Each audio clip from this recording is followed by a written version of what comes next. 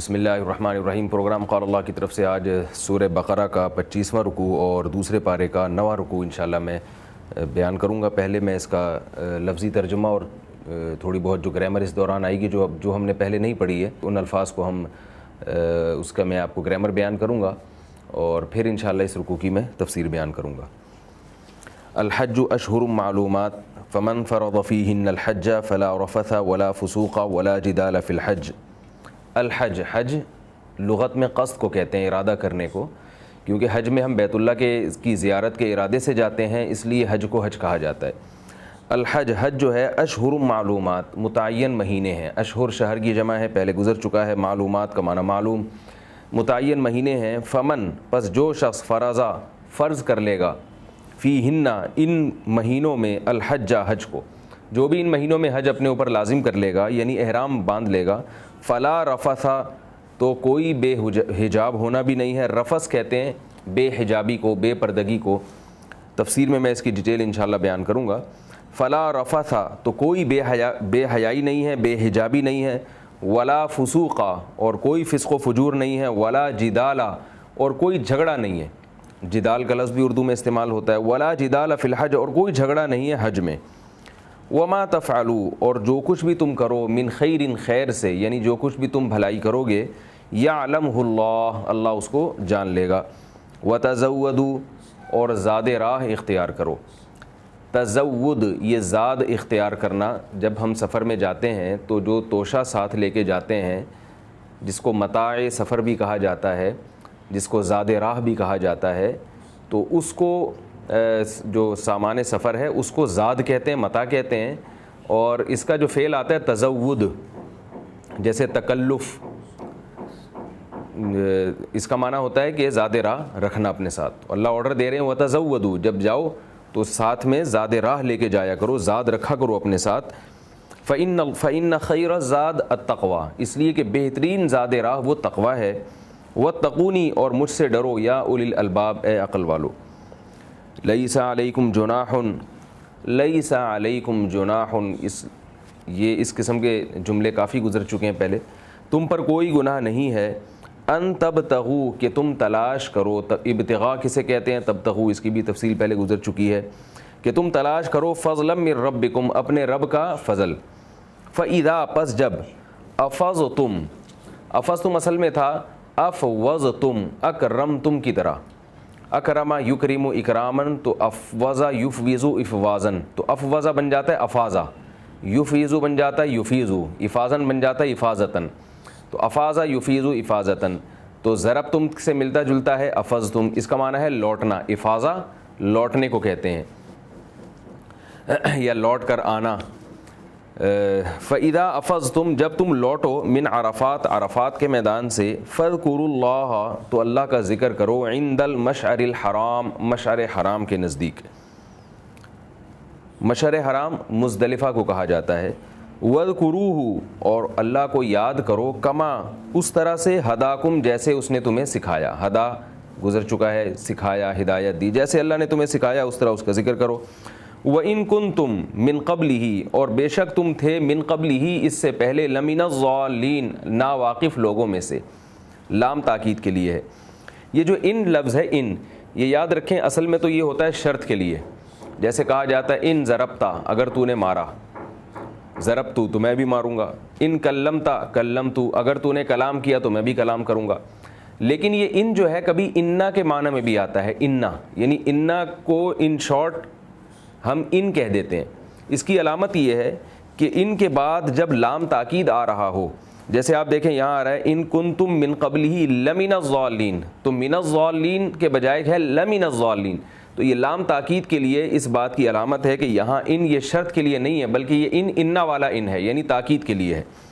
فرمایا وَإِن كُنتُم، اور بے شک تھے تم، من قبلہ، اس سے پہلے، یعنی میرے سکھانے سے پہلے، لمن الضالین، ضالین میں سے، یعنی ناواقف لوگوں میں سے۔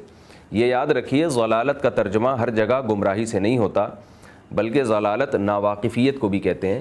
جیسے قرآن میں آتا ہے وَوَجَدَكَ ضَالًّا، اللہ نے آپ کو ناواقف پایا، فہدا، پھر اللہ نے آپ کو علم دے دیا، سیدھا راستہ دکھا دیا۔ تو ناواقف ہونا، کسی مسئلے سے آگاہی نہ ہونا، اس کو بھی عربی میں ضلالت کہا جاتا ہے۔ تو تم اس سے پہلے نہیں جانتے تھے، جیسے اللہ نے تمہیں سکھایا ہے اس کے مطابق تم اللہ کو مزدلفہ میں یاد کرو۔ ثم افیضوا پھر لوٹو، اکرمو کی طرح ہے، آرڈر کا صیغہ ہے، ثم افیضوا پھر تم لوٹو، من حیث افاض الناس بالکل اسی طرح، من حیث افاض الناس جہاں سے لوٹ رہے ہیں لوگ۔ من حیث کا مطلب حیث مکان کے لیے آتا ہے، اس جگہ سے لوٹو جہاں سے لوگ لوٹ رہے ہیں۔ افاضا یفیضو یہ گزر چکا ہے، جہاں سے باقی لوگ لوٹ رہے ہیں تم بھی وہاں سے لوٹو۔ واستغفر اللہ اور اللہ سے استغفار کرو، ان اللہ غفور الرحیم بے شک اللہ تعالیٰ معاف کرنے والے اور رحم کرنے والے ہیں۔ فَإِذَا قَضَيْتُمْ پس جب تم پورا کر چکو، قضا یقضی قضاءً ضرب یضرب ضرباً کی طرح، تو قضا کا معنی ہے پورا کرنا، کئی دفعہ یہ لفظ گزر چکا ہے۔ پس جب تم مکمل کر چکو، مناسککم اپنے مناسک، منسک حج کے ارکان کو کہتے ہیں، اس کی جمع مناسک آتی ہے۔ فاذکروا اللہ تو اللہ کو یاد کرو، کذکرکم ذکر کا معنی یاد کرنا، ذکرکم تمہارا یاد کرنا، آباءکم اپنے باپ دادا کا، یعنی تم اللہ کو یاد کرو کذکرکم آباءکم، کا معنی ہوتا ہے مثل، یہ لفظ بھی پہلے گزر چکا ہے، بہت تفصیل سے میں اس کی آپ کو بتا چکا ہوں۔ کذکرکم آباءکم اپنے باپ دادا کو یاد کرنے کی طرح، یعنی اللہ کا ذکر کرو جیسے اپنے باپ دادا کو یاد کرتے ہو، او اشد ذکرا یا اس سے بھی زیادہ، یہ او جو ہے کبھی بل کے معنی میں بھی ہوتا ہے، یعنی ہم یہاں اس کا ترجمہ کریں گے بلکہ اشدہ زیادہ شدید ہو ذکرا ذکر کے اعتبار سے، یعنی حج کے مناسک پورا کرنے کے بعد جیسے اپنے باپ دادا کو یاد کیا کرتے تھے اس طرح اللہ کا ذکر کرو، بلکہ باپ دادا کو جتنا یاد کرتے ہو اس سے بھی زیادہ اللہ کا ذکر کرو۔ تفسیر انشاءاللہ میں تفسیر میں بیان کروں گا۔ فَمِنَ النَّاسِ پس بعض لوگوں میں سے بعض ایسے ہیں، من جو کہتے ہیں، من یقولو جو یہ کہتے ہیں، ربنا آتینا فی الدنیا اے ہمارے رب عطا کر ہمیں دنیا میں، وما لہو اور نہیں ہے اس شخص کے لیے، فی الآخرتی آخرت میں، من خلاق کوئی حصہ۔ خلاق کا لفظ قرآن مجید میں نصیب اور حصے کے معنی میں استعمال ہوا ہے، فرمایا اس شخص کا آخرت میں کوئی حصہ نہیں ہے۔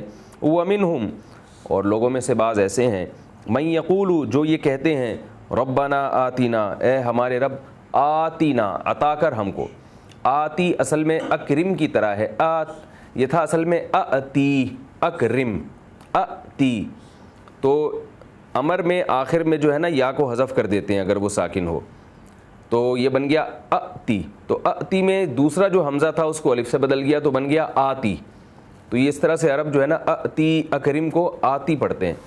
عطا کر تو نا کا معنی ہم کو، اے ہمارے رب عطا کر تو ہم کو، فی دنیا دنیا میں، حسنتاً خوبی اچھائی، وفی الآخرتی اور آخرت میں بھی، حسنتاً اچھائی، وقینا اور بچا لے ہم کو، یہاں واو الگ ہے، نا الگ ہے، قی الگ ہے۔ قی اصل میں تھا توقیو تضربو کی طرح، تضربو سے جب امر بناتے ہیں تو بنتا ہے اضرب، تو توقیو سے جب امر بنائیں گے تو بنے گا ابقی ابقی۔ اب عربوں کی عادت ہے کہ یہ جو واو جب شروع میں آ رہی ہو نا تو اس واو کو غائب کر دیتے ہیں، تو ابقی سے بن گیا اقی، تو شروع میں حمزہ بھی حذف کر دیا کیونکہ ماں بعد اس کا یعنی حمزہ کا جب بعد والا حرف ساکن ہوتا ہے تو شروع میں حمزہ لے کر آتے ہیں، ساکن نہیں ہوتا تو حمزہ کو گرا دیتے ہیں۔ اب قاف چونکہ ساکن نہیں ہے تو حمزہ کو بھی گرا دیا، تو یہ بن گیا قی۔ اور میں نے بتایا امر میں جب آخر میں یا واو ساکن ہو تو اس کو بھی غائب کر دیتے ہیں، تو یہ بن گیا قی۔ اتنی لمبی تفصیل اگر سمجھ میں نہیں بھی آتی تو بس یہ ذہن میں رکھیں کہ یہ قی کا جو لفظ ہے قی، یہ آرڈر کا صیغہ ہے، یہ کئی جگہ قرآن مجید میں استعمال ہوا ہے، اس کا معنی ہے بچانا، کیونکہ اس کا جو فعل آتا ہے وقا یقی وقایتن، یعنی وقا یا یوقیو وقایتن، اس کا معنی ہے بچانا۔ تو فرمایا وقی اور بچا تو نہ ہم کو، وقینا بچا لے تو ہم کو، عذاب النار آگ کے عذاب سے۔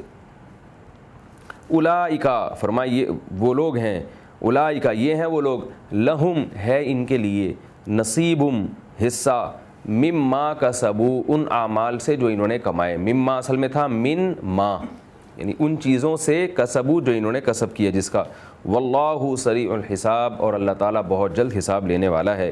واذکروا اللہ اور اللہ کو یاد کرو، فی ایام معدودات، کچھ گنے چنے دن میں، فمن تعجل، پس جو جلدی کر لے، تعجل عجلت سے نکلا ہے، آسان لفظ اردو میں استعمال ہوتا ہے۔ آپ نے دیکھا ہوگا نکاح کے دوران قاضی صاحب پوچھتے ہیں مہر معجل ہے یا مؤجل ہے، تو معجل کا معنی جلدی دو گے، موجل کا معنی بعد میں دو گے۔ فمن تعجل، جو جلدی کرے، فی یومین، 2 دنوں کے اندر، فلا اثم علیہ، کوئی گناہ نہیں ہے ایسے شخص پر۔ ومن تأخر، اور جو تاخیر کر لے، فلا اثم علیہ، تو اس پر بھی کوئی گناہ نہیں ہے۔ لمن اتقى، لی یہ حکم ہے، لی اس کے لیے، من جو شخص، اتقى جو اللہ سے ڈرتا ہو۔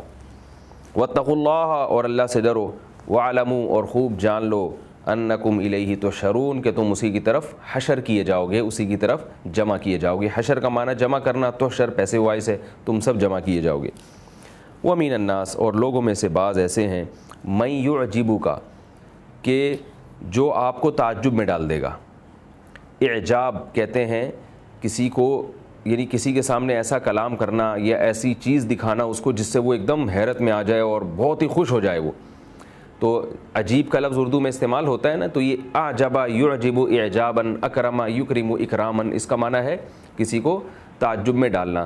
تو ومن الناس، لوگوں میں بعض ایسے ہیں، یعجبک قولہ، کہ اس کا قول آپ کو بہت پسند آئے گا، اس کا قول آپ کو تعجب میں ڈال دے گا، فی الحیات دنیا، دنیاوی زندگی کے کاموں میں، یعنی دنیا کی باتوں میں اس کا قول آپ کو بہت متاثر کرے گا۔ وَيُشْهِدُ اللَّهَ، اور وہ گواہ بنائے گا اللہ کو، علی اس چیز پر، ما فی قلبہ، جو چیز اس کے دل میں ہے، وَهُوَ أَلَدُّ الْخِصَامِ، اور ہے وہ سخت جھگڑالو۔ الد، الد، الد کا مطلب ہوتا ہے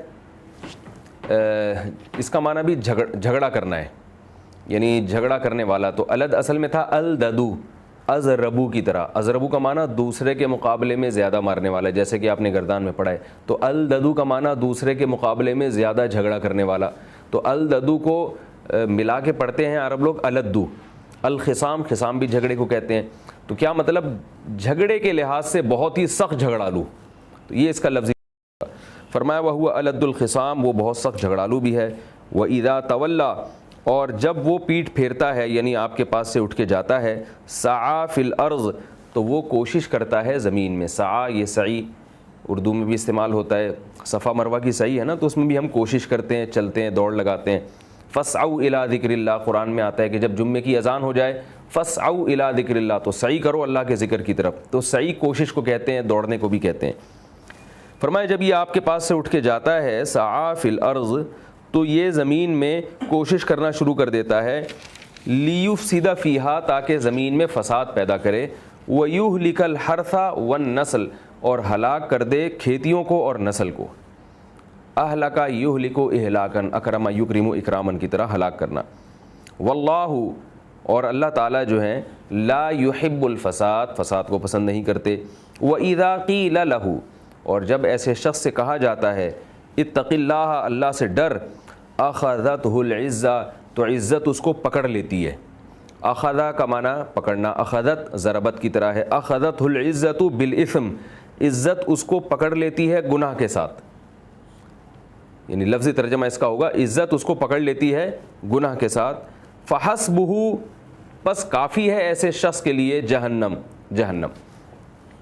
وَلَبِئْسَ الْمِہَادُ، بیسا پہلے گزر چکا ہے، لام تاکید کے لیے ہے، واو کا معنی، اور مہاد کہتے ہیں ٹھکانے کو، کہتے ہیں نا مہد سے لحد تک علم حاصل کرو، تو مہد کا معنی ماں کی گود یا ٹھکانہ جہاں انسان رہتا ہے، وہاں سے لحد، لحد کہتے ہیں قبر کو، تو مہاد کا معنی ٹھکانہ۔ وَلَبِئْسَ الْمِہَادُ، اور کیا ہی برا ٹھکانہ ہے وہ۔ وَمِنَ النَّاسِ، اور لوگوں میں بعض ایسے ہیں، مَن یشری نفسہ، جو اپنے نفس کو بیچ ڈالتے ہیں۔ شرا یشری شراءً، اس کا معنی بیچنا، اور اشترا یشتری اشتراءً، اس کا معنی ہے خریدنا۔ وَمِنَ النَّاسِ، اور لوگوں میں بعض ایسے ہیں، مَن یشری نفسہ، جو اپنے نفس کو بیچ ڈالتے ہیں، ابتغاء مرضات اللہ، اللہ کی مرضی کی چاہت میں، ابتغاء کا معنی تلاش، اللہ کی مرضی کی تلاش میں اپنے آپ کو بیچ ڈالتے ہیں۔ واللہ رؤوف بالعباد، اور اللہ ایسے بندوں پر بہت مہربان ہے۔ یا ایھا الذین آمنوا، اے ایمان والو، ادخلوا، داخل ہو جاؤ، فی السلم، اسلام میں، کافتن، پورے کے پورے، ولا تتبعوا خطوات الشیطان، اور شیطان کے قدموں کی اتباع نہ کرو، یہ خطوات پہلے گزر چکا ہے. انہ، بے شک وہ شیطان، لکم عدو مبین، تمہارا کھلا ہوا دشمن ہے. فإن زللتم، پس اگر تم پھسل گئے. زللتم ضربتم کی طرح ہے، زللا اس کا معنی ہے پھسلنا. فإن زللتم، اگر تم پھسل گئے، من بعد ما جاءتکم البینہ. دیکھیں عربی میں ایک لفظ استعمال ہوتا ہے ذال کے ساتھ، زللتم، یہ ہے ذلیل سے، ذلیل رسوا ہونا، ذلیل ہونا. ایک ہے ضاد، ضللتم، اس کا معنی ہے گمراہ ہونا. اور ایک ہے ضا، ضللتم، اس کا معنی ہے سائے میں آنا. تو یہ قریب المخارج الفاظ ہیں، زلہ، ذلہ، ضلہ اور ضلہ. تو عوام جو ہے نا سب کو ایک ہی طرح پڑھتی ہے، حالانکہ ان کے چاروں کے معنی میں بہت فرق ہے. ذلہ کا معنی ذلیل ہوا، ذلہ کا معنی پھسل گیا، ضلہ کا معنی گمراہ ہوا، اور ضلہ کا معنی سائے میں آیا. فَإِن زَلَلْتُم مِّن بَعْدِ مَا جَاءَتْكُمُ الْبَيِّنَاتُ، بس اگر تم پھسل گئے بعد اس کے کہ تمہارے پاس روشن دلائل آئے. فَاعْلَمُوا، تو جان لو، أَنَّ اللَّهَ عَزِيزٌ حَكِيمٌ، اللہ تعالیٰ خوب غالب اور حکمت والا ہے. هَلْ يَنظُرُونَ، نہیں انتظار کر رہے یہ لوگ. ينظرون کا معنی دیکھنا یا انتظار کرنا یا راہ دیکھنا کسی کی. فرمایا یہ نہیں دیکھ رہے، الا مگر صرف یہ بات، ان یأتیہم اللہ، کہ اللہ تعالیٰ آ جائیں، فی ظلل من الغمام، غمام بادل کو کہتے ہیں، ظلل یہ ظلل کہتے ہیں کہ ظلال کی جمع ہے، سائے کو کہتے ہیں، تو اس کی جمع ظلل آتی ہے، کہ بادلوں کے سائے میں اللہ تعالیٰ آ جائے. والملائکۃ، اور فرشتے بھی آ جائیں. وقضی الامر، اور کام چکا دیا جائے. قضیہ کا معنی چکا دیا جانا، پیسو وائس ہے. الامر کا معنی معاملہ، یعنی یہ انتظار کر رہے ہیں کہ اللہ تعالیٰ اور فرشتے آسمان سے اتریں، بادلوں کی چھاؤں میں آئیں اور معاملہ سارا ختم کر دیا جائے. وَإِلَى اللَّهِ، اور بے شک اللہ ہی کی طرف، ترجع الامور، تمام امور لوٹ کر جائیں گے. یہ تو اس کا کچھ لفظی ترجمہ اور تھوڑی سی گرامر تھی جو میں نے آپ کو بتائی. اب میں انشاءاللہ اس کی تفسیر بیان کروں گا. سورہ بقرہ میں جو پچھلے رکوع میں ابواب بر کا بیان چل رہا تھا، قرآن مجید میں اللہ نے فرمایا تھا لیس البر ان تولوا وجوہکم، نیکی صرف یہی نہیں ہے کہ اپنے منہ مشرق یا مغرب کی طرف کر لو، بلکہ نیکی کے کام یہ ہیں جن کا پھر آگے تفصیل سے تذکرہ ہوا. تو انہی نیکی کے کاموں میں ایک بہت بڑی نیکی ہے حج، جس کا پچھلے رکوع میں کچھ اشارتاً ذکر ہوا کہ حج یا عمرے کا جب احرام باندھو تو اس کو پھر پورا کیا کرو، اور اگر پورا نہ کر سکو تو پھر اس میں دم واجب ہے، اور اس کے کیا فقہی حکام ہیں ان پر کچھ بات ہوئی تھی. اس آیت میں اللہ تعالیٰ نے حج کا مزید کچھ، حج کے جو احکام ہیں جن میں کچھ ایسی چیزیں ہیں جس میں عرب لوگ مبتلا تھے، یعنی زمانے جاہلیت کی کچھ بری رسومات تھیں، ان رسومات کے خلاف بیان کیا گیا ہے. اور کچھ چیزیں ایسی تھیں جن کو صحابہ کرام غلط سمجھتے تھے، تو اس کے بارے میں بتایا گیا کہ یہ غلط نہیں ہے. تو حج کا کچھ مزید تفصیل جو ہے ان آیات میں ہے. اور پھر خاص طور پر یہ بتایا گیا ہے اس رکوع میں کہ حج کے موقع پہ دعائیں کس قسم کی مانگنی ہیں. زمانے جاہلیت میں جو لوگ حج کرتے تھے وہ کس قسم کی دعائیں مانگتے تھے، اور مسلمانوں کو حکم دیا جا رہا ہے کہ تم نے کس قسم کی دعائیں مانگنی ہے. تو یہ کچھ تھوڑا سا میں نے خلاصہ اس کا بیان کیا. فرمایا الحج، حج جو ہے اشہر معلومات، چند متعین مہینے ہیں. یہ متعین مہینے کون سے ہیں؟ شوال کا مہینہ، اور ذی قعدہ کا مہینہ، اور ذی الحجہ کے ابتدائی 10 دن. تو یہ چند متعین مہینوں کو اللہ نے حج کے مہینے قرار دیا ہے. فمن فرض، پس جو بھی لازم کر لے، فیہن، ان مہینوں میں، الحج، حج کو. اس سے پتہ چلا کہ حج کا جو احرام باندھا جاتا ہے، جس میں آپ پر حج لازم ہو جاتا ہے، وہ صرف ان مہینوں میں ہی باندھا جا سکتا ہے. اگر شوال سے پہلے کسی نے حج کا احرام باندھ لیا تو وہ احرام فاسد ہے.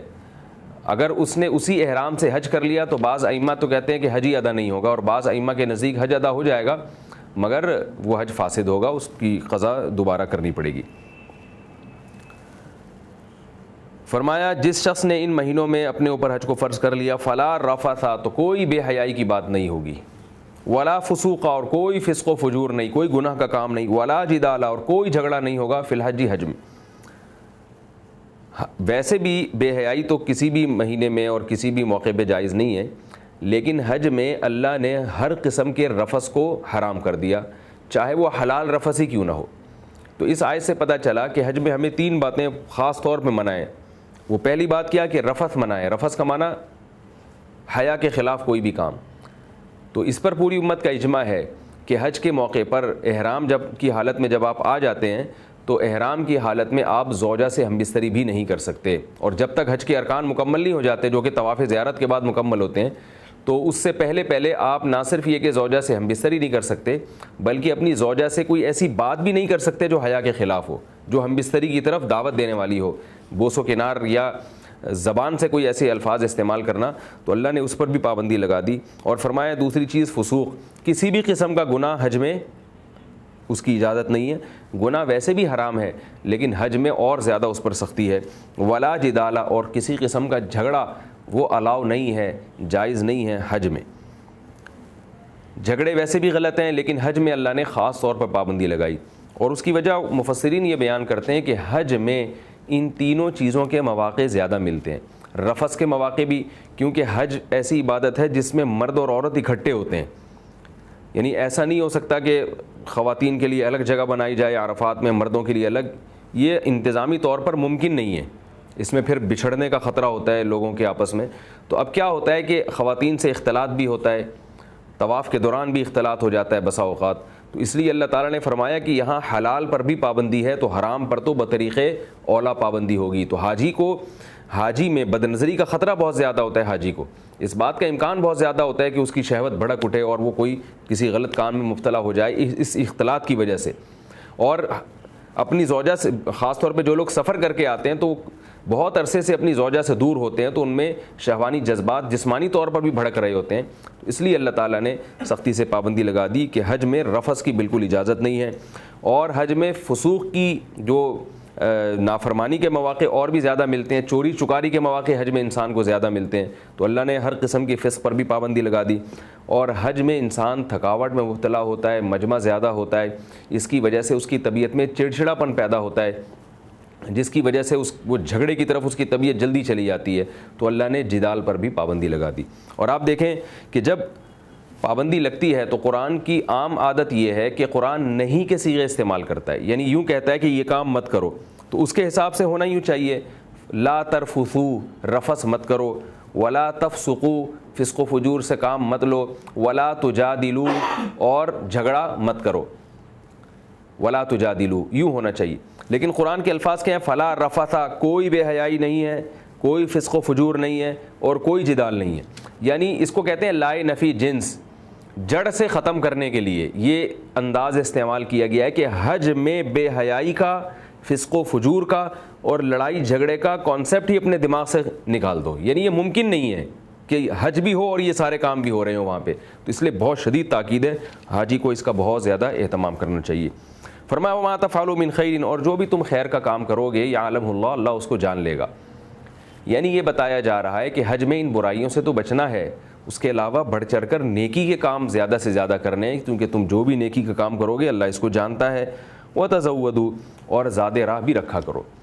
زمانہ جاہلیت میں عرب کی اور جو حاجی لوگ دور دراز سے آیا کرتے تھے وہ یہ کہتے تھے ہم چونکہ اللہ کے گھر کی زیارت کے لیے جا رہے ہیں اور اللہ کو راضی کرنے کے لیے جا رہے ہیں، تو یہ اللہ کا راستہ ہے، تو اس میں ہم اللہ توکل پہ جائیں گے، تو راستے میں جیب خرچی نہیں رکھتے تھے، کھانے پینے کا سامان نہیں رکھتے تھے، جو ضرورت زندگی ہیں وہ کہتے تھے وہاں جائیں گے تو دیکھا جائے گا، اللہ کھلائے گا، اللہ پلائے گا۔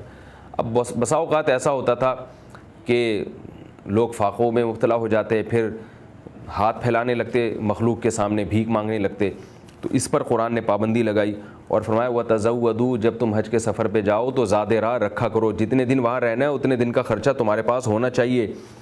اس سے کیا فائدہ ہوتا ہے؟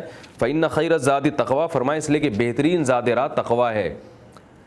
بہترین زاد راہ کیا ہے؟ تقوی ہے۔ اگر تم بالکل بھی زاد نہیں لے کے جا رہے اور وہاں تقوی تمہارے ہاتھ سے چھوٹ جائے، بھیک مانگنا تقوی کے خلاف ہے، اس طرح دوسروں پر بوجھ بننا تقوی کے خلاف ہے، ذرا ذرا سی چیز دوسروں سے مانگنی پڑے گی۔ آج بھی ہم نے دیکھا ہے حج کا سفر ہو یا ویسے سفر ہو، لوگ اپنے ساتھ سامان مکمل رکھتے نہیں ہیں، پھر کبھی ایک چیز اس سے مانگ رہے ہیں، دوسری چیز دوسرے سے مانگ رہے ہیں۔ تو اللہ کیا فرماتے ہیں؟ یہ بھیک کی جو لعنت ہے یہ تقوی کے خلاف ہے، اور تقوی سب سے بہترین زاد راہ ہے۔ تو تقوی کو جو تم زاد راہ اپنے ساتھ بنانا چاہتے ہو، تو یہ اس موقع پر یہ توکل نہیں ہے، بلکہ اس موقع پر توشہ جو ہے نا اپنے ساتھ لے کے جاؤ تاکہ بھیک کی لعنت سے تم بچ سکو۔ اور یہ بھی بتا دیا کہ یہ توکل کے خلاف نہیں ہے، توکل کہتے ہیں اسباب اختیار کرنا پھر نظر اللہ پہ رکھنا۔ اسباب ہی سرے سے اختیار نہ کیے جائیں تو یہ چیز توکل نہیں ہے، اس کی نفی کی جا رہی ہے اس میں۔ اور فرمایا مجھ سے ڈرو اے عقل والو، لیس علیکم جناح ان تبتغوا فضلا من ربکم۔ صحابہ کرام کو اس بات کا خیال تھا کہ ہم جب حج کے لیے جائیں گے تو اب حج میں ایسا ہوتا ہے کہ دوسرے ملکوں سے لوگ آئے ہوئے ہوتے ہیں تو وہ ایسی مصنوعات لے آتے ہیں کہ جو مکہ میں وہ چیزیں نہیں پائی جاتی، اسی طرح جو چیزیں مکہ میں پائی جاتی ہیں تو اہل مکہ حاجیوں کو وہ چیز بیچ سکتے ہیں، تو یہ ہمیشہ سے ہوتا آ رہا ہے۔ صحابہ کرام کو یہ شبہ ہوا کہ کہیں یہ اخلاص کے منافی نہ ہو، ہم حج کرنے جائیں اور ہم وہاں جا کے تجارت بھی کریں، حاجیوں کو مال بھی بیچنا شروع کر دیں، تو یہ تو کہیں حج کا مقصد فوت نہ ہو جائے۔ ایک دفعہ عبداللہ ابن عمر رضی اللہ تعالیٰ عنہ کے پاس ایک شخص آیا، اس نے کہا کہ میں اپنا اونٹ کرائے پر دیتا ہوں حاجیوں کو وہ لوگ کرائے پر اونٹ دیا کرتے تھے، تو اور اس دوران میں بھی حج کر لیتا ہوں کیونکہ اس اونٹ کے ساتھ ساتھ مجھے بھی چلنا پڑتا ہے، سواری کو بٹھا کے لے جاتا ہوں تو میں بھی حج کر لیتا ہوں، تو کیا میرا حج مقبول ہوگا؟ عبداللہ بن عمر نے فتویٰ دیا کہ ہاں تمہارا حج مقبول ہوگا، کہ تجارت بھی ہو رہی ہے اور ساتھ ساتھ حج بھی ہو رہا ہے۔ تو بعض صحابہ کو یہ خیال ہوا کہ کہیں تجارت جو ہے یہ حج کے منافی تو نہیں ہے، تو اس پر اللہ تعالیٰ نے ارشاد فرمایا لیس علیکم جناح، تم پر کوئی گناہ نہیں ہے، ان تبتغوا فضلا من ربکم، کہ تم اپنے رب کی فضل کو تلاش کرو، یعنی روزی تلاش کرو، رزق تلاش کرو حج کے موقع پر۔ البتہ یہ ضرور ہے کہ اصل مقصد حج ہونا چاہیے، تجارت نہیں ہو۔ اگر کسی کا اصل مقصد تجارت ہے اور ضمناً وہ حج بھی کر لے تو بھی حج تو قبول ہوگا، لیکن وہ ثواب نہیں ملے گا جو اس شخص کو ملتا ہے جس کا بنیادی مقصد ہی حج تھا اور ضمناً وہ تجارت بھی کر رہا تھا۔ فرمایا فَإِذَا أَفَضْتُم مِّنْ عَرَفَاتٍ، جب تم عرفات سے لوٹو، فَاذْكُرُوا اللَّهَ عِندَ الْمَشْعَرِ الْحَرَامِ، تو مشعر حرام پہنچ کر اس کے نزدیک اللہ کا ذکر کرو، یعنی مزدلفہ میں۔ حاجی ایسا ہی کرتے ہیں کہ عرفات سے لوٹتے ہیں، مغرب وقت داخل ہوتے ہی عرفات سے رجوع کرنا پڑتا ہے اور رات مزدلفہ میں گزارنی پڑتی ہے۔ فرمایا وہاں اللہ کا ذکر کرو، وَاذْكُرُوهُ كَمَا هَدَاكُمْ، اور اللہ کا ایسے ذکر کرو جیسے کہ اس نے تمہیں سکھایا ہے۔ کیا مطلب؟ اتنا بڑا مجمع ہے تو بدعت نہ شروع کر دو وہاں جا کے، اپنے خاص طریقوں سے اللہ کو یاد مت کرو، بلکہ جو ذکر، تلاوت، تسبیح، نماز کا طریقہ اللہ کے رسول صلی اللہ علیہ وسلم نے تمہیں سکھایا ہے اس کے حساب سے تم اللہ کو یاد کیا کرو۔ وَإِن كُنتُم مِّن قَبْلِهِ لَمِنَ الضَّالِّينَ، اور تم اس سے پہلے غافلین میں سے تھے، تمہیں اس بات کا علم نہیں تھا کہ کس طرح سے اللہ کو یاد کیا جاتا ہے۔ ثُمَّ أَفِيضُوا مِنْ حَيْثُ أَفَاضَ النَّاسُ، فرمایا پھر مزدلفہ سے لوٹو یعنی منی کی طرف، جیسے کہ اس جگہ سے جہاں سے لوگ لوٹ رہے ہیں۔ وَاسْتَغْفِرُوا اللَّهَ، اور اللہ سے استغفار بھی کرو۔ اس آیت کا ایک شان نزول ہے، ہوتا یہ تھا کہ جب زمانے جاہلیت میں دنیا بھر سے آئے ہوئے حاجی حج کر کے مزدلفہ کے پر آتے تھے تو مزدلفہ سے منی چلے جاتے تھے، پھر منی میں کنکریاں مار کر طواف زیارت کرتے تھے۔ لیکن قریش یہ کہتے تھے کہ یہ ہم چونکہ دوسری قوموں سے ممتاز ہیں، ہم دوسری قوموں سے اعلیٰ اور برتر ہیں اور ہم بیت اللہ کے رکھوالے ہیں، لہذا ہم مزدلفہ سے منی لوٹ کے نہیں جائیں گے، یعنی ہماری خصوصیت ہے تو ہماری کوئی امتیازی حیثیت ہونی چاہیے۔ تو اللہ صحابہ کرام سے فرما رہے ہیں ثم افیضوا، کہ تم اسی طرح لوٹو جیسے باقی لوگ لوٹ رہے ہیں، یعنی جس طرح سے باقی لوگ حج کر رہے ہیں، عربوں کو بھی اور خاص طور پہ قریشیوں کو بھی اسی طرح سے حج کرنا پڑے گا۔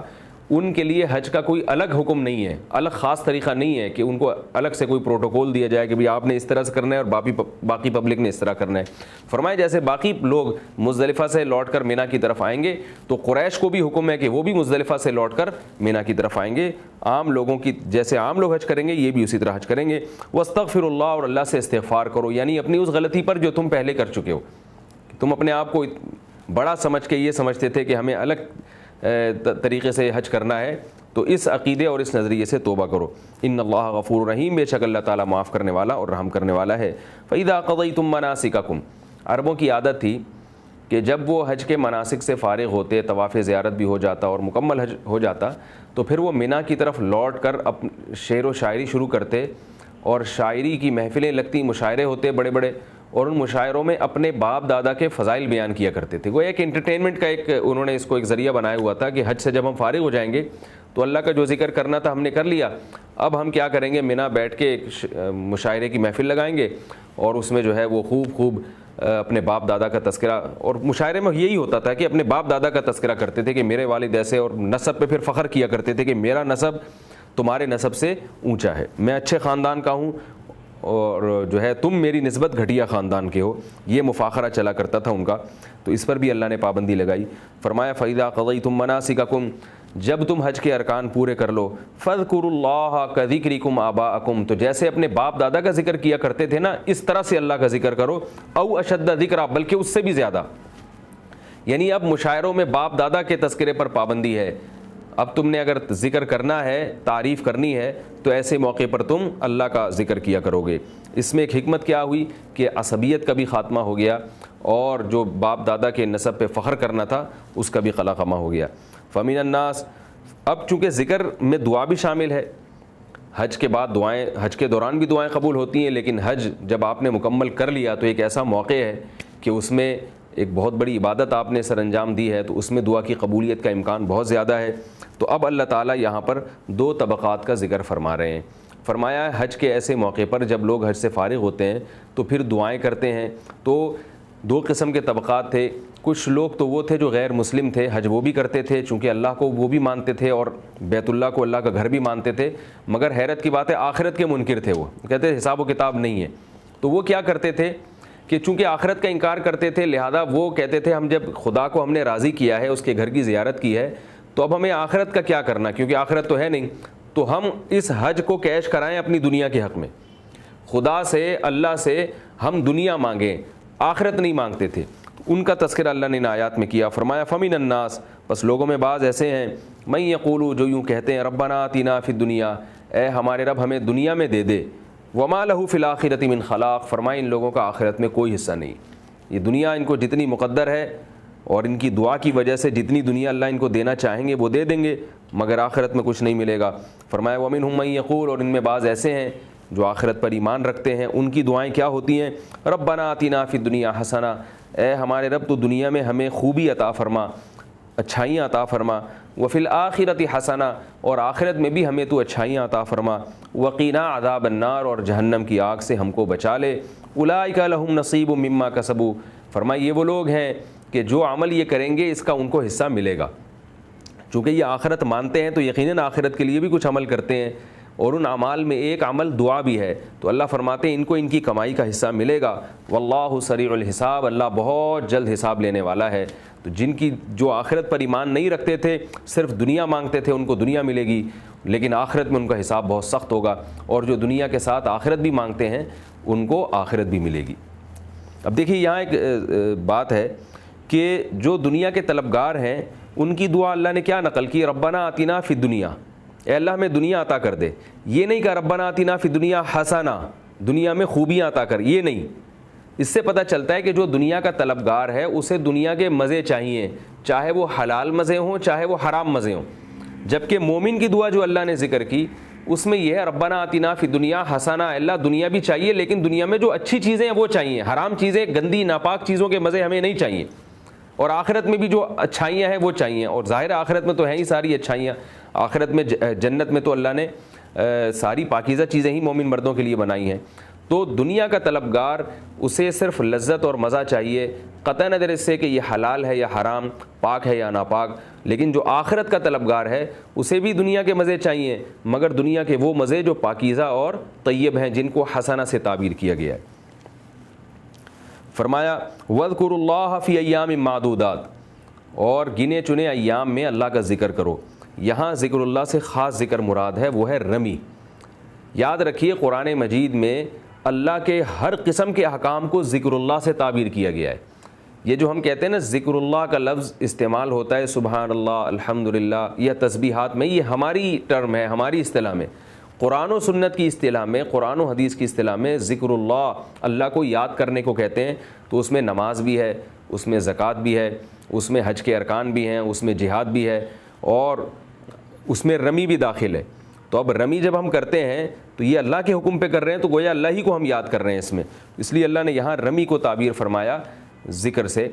اور ہوتا یہ تھا کہ عربوں میں دو فریق تھے، دو فرقے تھے حج کے معاملے میں۔ بعض لوگ یہ کہتے تھے کہ ہم 13 ذی الحجہ کو رمی نہیں کر سکتے، 10 11 12 کو تو رمی کر سکتے ہیں، 13 کو نہیں کر سکتے، اور بعض یہ کہتے تھے کہ ہم صرف 13 ہی کو کر سکتے ہیں، اس سے پہلے نہیں کر سکتے۔ تو قرآن نے ان دونوں پہ رد کیا اور فرمائے کہ تمہیں دونوں طریقوں کی اجازت ہے. وَاذْكُرُوا اللَّهَ فِي أَيَّامٍ مَّعْدُودَاتٍ, گنے چنے دنوں میں. گنے چنے دن سے مراد ہیں ایام تشریق جن میں تکبیرات تشریق پڑھی جاتی ہیں. 10 ذی الحجہ, 11 ذی الحجہ, 12 ذی الحجہ اور 13 ذی الحجہ, یہ 4 دن ہیں ایام تشریق کے. تو انہی میں رمی بھی ہوتی ہے. جو حاجی لوگ رمی کرتے ہیں, جو بڑے شیطان اور چھوٹے شیطان کو کنکر مارتے ہیں, یہ بھی یاد رکھیں وہاں کوئی بڑا اور چھوٹا شیطان ہے نہیں. تو وہ تو وہ جو 3 مقامات ہیں جہاں شیطان نمودار ہوا تھا, ابراہیم علیہ السلام نے وہاں کنکریاں ماری تھیں, تو ان مقامات پہ حکومت نے ستون کھڑے کر دیے تاکہ وہ لوکیشن لوگوں کو پتہ چلے کہ کہاں تھا. تو لوگ اس ستون ہی کو شیطان سمجھ رہے ہوتے ہیں, یہ غلط ہے. تو وہ ستون چونکہ ایک بڑا ہے, ایک چھوٹا, ایک درمیانہ, تو لوگوں نے اس کو نام دے دیا ہے بڑا شیطان, چھوٹا شیطان اور درمیانہ شیطان, ورنہ حقیقت میں نہ وہاں کوئی بڑا شیطان آیا نہ چھوٹا. وہ شیطان تو ایک ہی تھا جو تینوں جگہ پہ نمودار ہوا ہے. فمن تعجل فی یومین, کہ جس نے 2 دنوں میں جلدی کی, یعنی 11 اور 12 کو رمی کر لی. 10 ذی الحجہ کے بعد, عید کے دن کے بعد اس نے جلدی رمی کی, یعنی جلدی کا مطلب 13 ذی الحجہ سے پہلے کر لی اس نے, اور 2 دنوں میں کر لی. وہ 2 دن کون سے تھے؟ 11 اور 12. فلا اثم علیہ, تو اس پر کوئی گناہ نہیں ہے. ومن تأخر, اور جس نے تاخیر کر دی یعنی 12 اور 13 کو کی, فلا اثم علیہ, تو اس پر بھی کوئی گناہ نہیں ہے. لمن اتقى, فرمائے یہ باتیں ان لوگوں کے لیے ہیں جو اللہ سے ڈرتے ہیں. جو نہیں ڈرتے ان کو اس سے کیا ہوش کہ کیا رمی کیا ہے, حج کیا ہے, اور پہلے کر لی بعد میں کر لی, انہیں اس سے کوئی غرض نہیں ہے. فرمایا واتقوا اللہ, اللہ سے ڈرو. واعلموا انکم الیہ تحشرون, اور جان لو کہ تم اسی کی طرف جمع کیے جاؤ گے. کیونکہ انسان جب آخرت کا منکر ہوتا ہے تو پھر اس کو اللہ سے ڈرنے کی آیات فضول لگتی ہیں. تو اللہ دھمکی دے رہے ہیں کہ جانا تم نے اسی کی طرف ہے, لہذا اس سے ڈرو. ومن الناس من یعجبک قولہ فی الحیاۃ الدنیا. اب اللہ نے ایک قسم کے کافر کا پہلے ذکر کیا ان آیات میں کہ جو حج کے بعد کیا کرتے ہیں, صرف دنیا مانگتے ہیں, آخرت نہیں مانگتے. پھر اللہ نے ایک نوعیت کے مسلمان کا ذکر کیا جو دنیا بھی مانگتے ہیں, آخرت بھی مانگتے ہیں. اب اللہ تعالیٰ ایک دوسری نوعیت کے کافر کا ذکر کر رہے ہیں کہ جو پہلے سے بھی زیادہ سخت ہے کفر میں. وہ کون ہے؟ منافق. اور اس کے بعد اللہ ایک اعلیٰ درجے کے مومن کا ذکر کریں گے جو اس پہلے والے شخص سے بھی زیادہ اچھے درجے کا مومن ہے. تو یہ 4 بات کا اس رکوع میں اللہ نے تذکرہ فرمایا ہے. فرمایا ومن الناس, لوگوں میں بعض ایسے ہیں, من یعجبک قولہ فی الحیاۃ الدنیا, دنیا میں جس کا قول آپ کو تعجب میں ڈال دے گا. یعنی وہ آپ کے سامنے ایسی چکنی چپڑی باتیں کرے گا کہ آپ سمجھیں گے اس سے زیادہ نیک گویا دنیا میں کوئی ہے ہی نہیں. وَيُشْهِدُ اللَّهَ عَلَى مَا فِي قَلْبِهِ, اور وہ گواہ بنا رہا ہوگا اپنے دل میں جو کچھ ہے اس پر اللہ کو. دل میں نفاق بھرا ہوا ہے, اس پر اللہ تو گواہ ہے, تو اللہ گواہ بنا ہوا ہے اس پر, لیکن زبان سے ایسی باتیں کرے گا کہ آپ متاثر ہو جائیں گے. وَهُوَ أَلَدُّ الْخِصَامِ, اور وہ ہے بھی سخت جھگڑالو, یعنی حق کا منکر ہے, اور آپ کی مجلس سے جانے کے بعد لوگوں سے جھگڑتا ہے, مناظرے کرتا ہے, بحث کرتا ہے, اور لوگوں کے دلوں میں شکوک ڈالتا ہے, اسلام سے ہٹاتا ہے. وَإِذَا تَوَلَّى, اور جب وہ آپ سے ہٹتا ہے, سَعَىٰ فِي الْأَرْضِ, تو زمین میں چلتا پھرتا ہے, کوشش کرتا ہے, لِيُفْسِدَ فِيهَا, تاکہ زمین میں فساد مچائے. وَيُهْلِكَ الْحَرْثَ وَالنَّسْلَ, اور کھیتیوں کو اور نسل کو تباہ و برباد کرے. یعنی ایسے فسادی لوگ بھی دنیا میں موجود ہیں. کچھ تو کافر ہیں جو اللہ سے دنیا مانگتے ہیں, کم از کم اللہ کو مانگ رہے ہیں, اور وہ جانتے ہیں کہ اللہ ہے جو ہمیں دے گا, اور زبان سے بھی کافر اور دل سے بھی کافر. اور کچھ مومن ہیں جو اللہ سے دنیا بھی مانگتے ہیں اور آخرت بھی مانگتے ہیں. فرمایا کچھ کافر ایسے ہیں جو بہت بڑے فسادی ہیں. وہ کیا کرتے ہیں کہ آپ کے سامنے کچھ اور آپ کے پیٹھ پیچھے کچھ اور.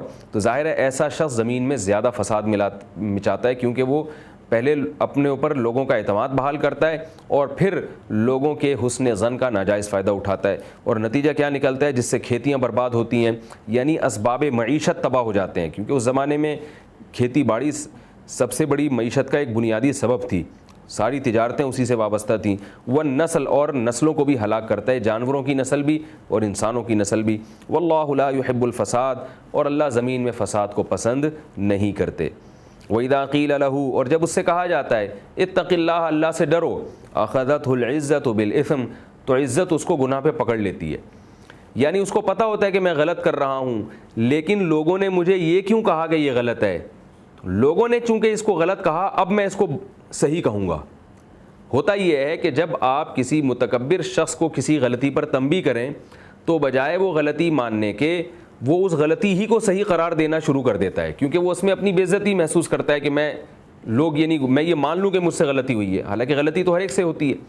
تو اللہ فرماتے ہیں کہ اس کی جو عزت ہے معاشرے میں وہ اس کو گناہ کے ساتھ مزید پکڑ لیتی ہے، کیونکہ پہلے تو اس بات کا امکان تھا کہ یہ بعد میں گناہ سے توبہ کر کے چھوڑ دیتا، لیکن جب لوگوں نے اس کو غلط کہنا شروع کیا تو اب یہ تکبر کی وجہ سے اپنی عزت بچانے کے لیے کیا کرتا ہے، اسی گناہ پر اچھائی کا لیبل لگا کے اور زیادہ مضبوط ہو جاتا ہے، تو عزت اس کو گناہ کے ساتھ اور جکڑ لیتی ہے۔ فرمایا فحسبہ جہنم، تو ایسے آدمی کے لیے جہنم ہی کافی ہے، یعنی جو غلطی کو بھی صحیح کہہ کے کر رہا ہو اور صرف اس لیے تاکہ مجھے لوگ غلط نہ سمجھیں اور میرے بارے میں یہ نظریہ ہو کہ میں کبھی غلطی کر ہی نہیں سکتا، تو اللہ فرماتے ہیں ایسے آدمی کا ٹھکانہ جہنم ہی ہے، وَلَبِئْسَ الْمِہَادُ، اور وہ کیا ہی برا ٹھکانہ ہے۔ وَمِنَ النَّاسِ، فرمایا لوگوں میں بعض ایسے ہیں، مَن یشری نفسہ ابتغاء مرضات اللہ، جو اپنے آپ کو بیچ ڈالتے ہیں اللہ کی رضا کے لیے، یعنی بہت بڑی قربانیاں دیتے ہیں اور ان کا دنیا کا مقصد ہی کیا ہے، اللہ کی رضا۔ تو اگر وہ دنیا بھی حاصل کر رہے ہیں تو صرف اللہ کو راضی کرنے کے لیے، تو بڑی سے بڑی قربانی دینے کے لیے وہ تیار ہو جاتے ہیں۔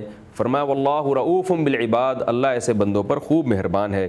یا ایھا الذین آمنوا، اے ایمان والو، ادخلوا فی السلم کافہ، مکمل اسلام میں داخل ہو جاؤ۔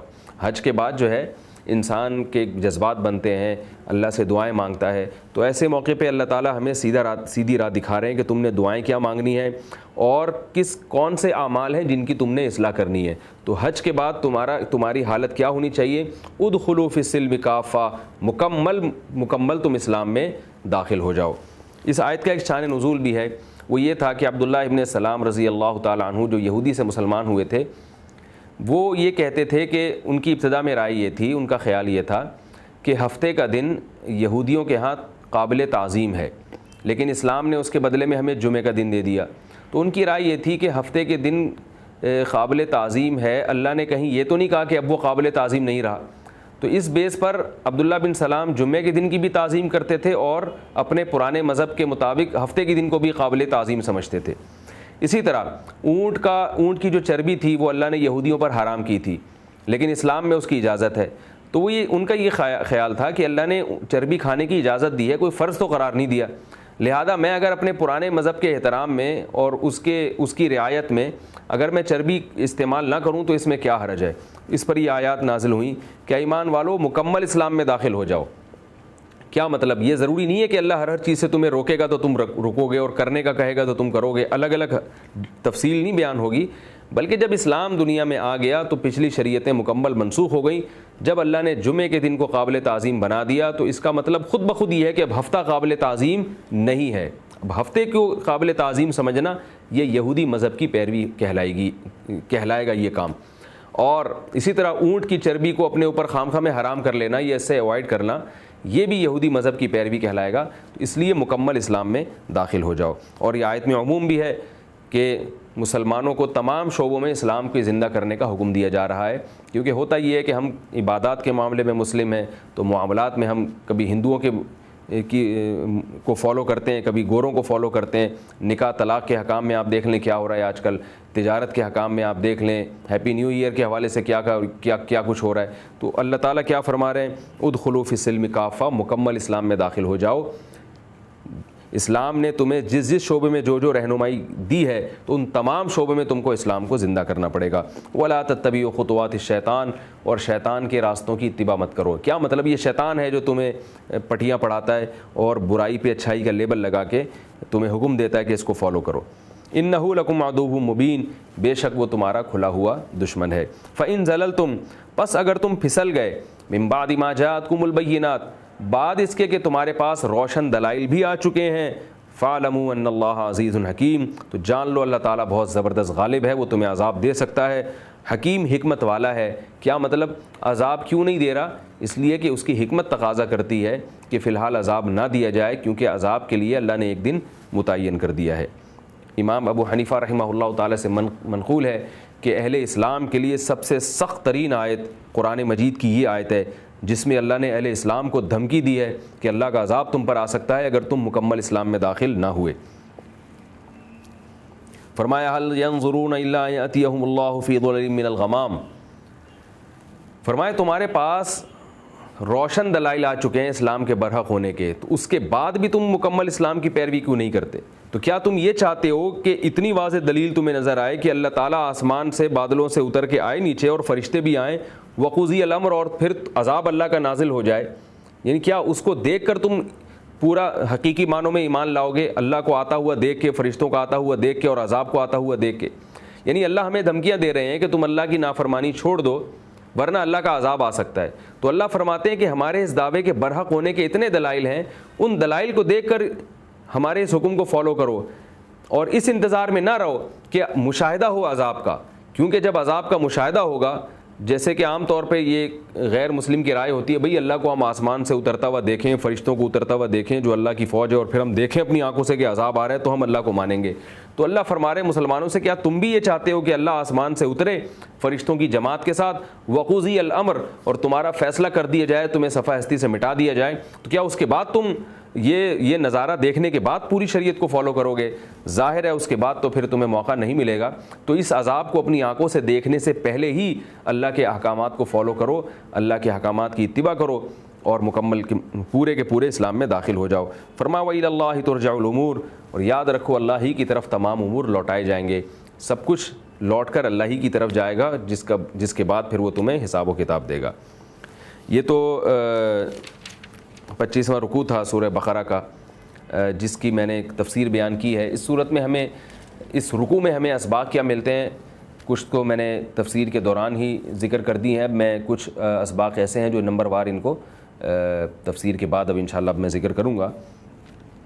پہلا سبق تو ہمیں حج کی فرضیت کا معلوم ہوتا ہے کہ حج کی فرضیت جو ہے یہ جمہور مفسرین کے نزدیک 4 ہجری میں ہوئی ہے، 3 ہجری میں ہوئی ہے، 3 ہجری غزوہ احد والے سال میں، جس سال غزوہ احد ہوئی ہے اس سال حج کی فرضیت نازل ہوئی ہے، اور اس پر سورہ آل عمران کی آیات نازل ہوئیں، وَلِلَّهِ عَلَى النَّاسِ حِجُّ الْبَيْتِ مَنِ اسْتَطَاعَ إِلَيْهِ سَبِيلًا۔ ان آیات میں اللہ تعالیٰ نے حج کا کچھ مخصوص طریقہ بیان کیا ہے۔ تو پہلا حکم ہمیں یہ معلوم ہوا کہ حج کرنا چاہیے، اور حج کے مخصوص ایام ہیں، ان ایام میں ہو سکتا ہے۔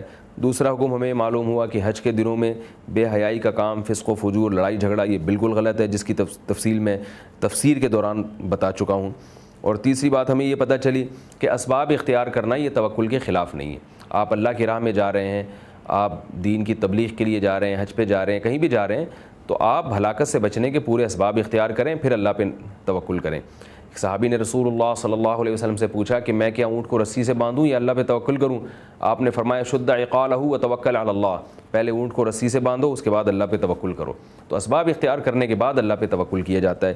اس سے ہمیں یہ بھی پتہ چلتا ہے کہ بعض لوگ تبلیغ میں نکل جاتے ہیں، بیوی بچوں کو پیچھے خرچہ نہیں دیتے، ان کا حال، سب ایسا نہیں کرتے، تبلیغ کے اکابر اس کے خلاف ہیں، لیکن بعض لوگ جو ہے وہ تبلیغ کے اکابر کے سامنے پوری بات نہیں رکھتے، اور دکان چھوڑ کے اور کاروبار چھوڑ کے تبلیغ کے لیے نکل جاتے ہیں جماعتوں میں، اور پیچھے بچوں کا پوچھنے والا، بیوی کی خبر گیری کرنے والا کوئی نہیں ہوتا، اور اس کو خرچہ بھی نہیں دے کے جاتے۔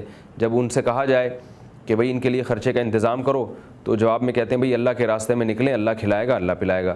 تو یہ سوچ غلط ہے، آپ اللہ کی راہ میں ضرور نکلیں، لیکن پہلے بیوی بچوں کے لیے رزق کا کوئی معقول انتظام کر کے جائیں۔ تو یہ بھی ہمیں اس سے سبق ملا۔ ایک سبق ہمیں اس سے یہ ملتا ہے کہ وَاذْكُرُوهُ كَمَا هَدَاكُمْ، اللہ فرماتے ہیں اسے ایسے یاد کرو جیسے اس نے بتایا۔ تو پتہ یہ چلا کہ عبادت میں بدعت کی اجازت نہیں ہے۔ اذان ہمیں ایسے دینی ہے جیسے حدیث سے ثابت ہے، نماز ہمیں ایسے پڑھنی ہے جیسے آپ صلی اللہ علیہ وسلم سے ثابت ہے، زکوٰۃ ہمیں ایسے دینی ہے جیسے نبی سے ثابت ہے۔ تو جو بھی عبادت کی جائے گی، جب تک نبی سے اس کا ثبوت نہیں ہوگا، قرآن و سنت میں اس کا طریقہ ہمیں پتہ نہیں چلے گا، تو ہم اپنے طریقے سے نہیں کر سکتے اس کو۔ تو ہمیں اسی طریقے کو فالو کرنا ہے جو اللہ اس کے رسول صلی اللہ علیہ وسلم نے بتایا۔ ثم افیضوا من حیث افاض الناس، اللہ قریش کو حکم دے رہے ہیں کہ تم مزدلفہ سے ایسے ہی لوٹو جیسے باقی لوگ لوٹتے ہیں۔ اس میں عصبیت کی نفی ہے، قوم پرستی کی نفی ہے، اپنے آپ کو اجتماعی کاموں میں دوسروں سے ممتاز سمجھنا، یہ چیز اللہ کو پسند نہیں ہے۔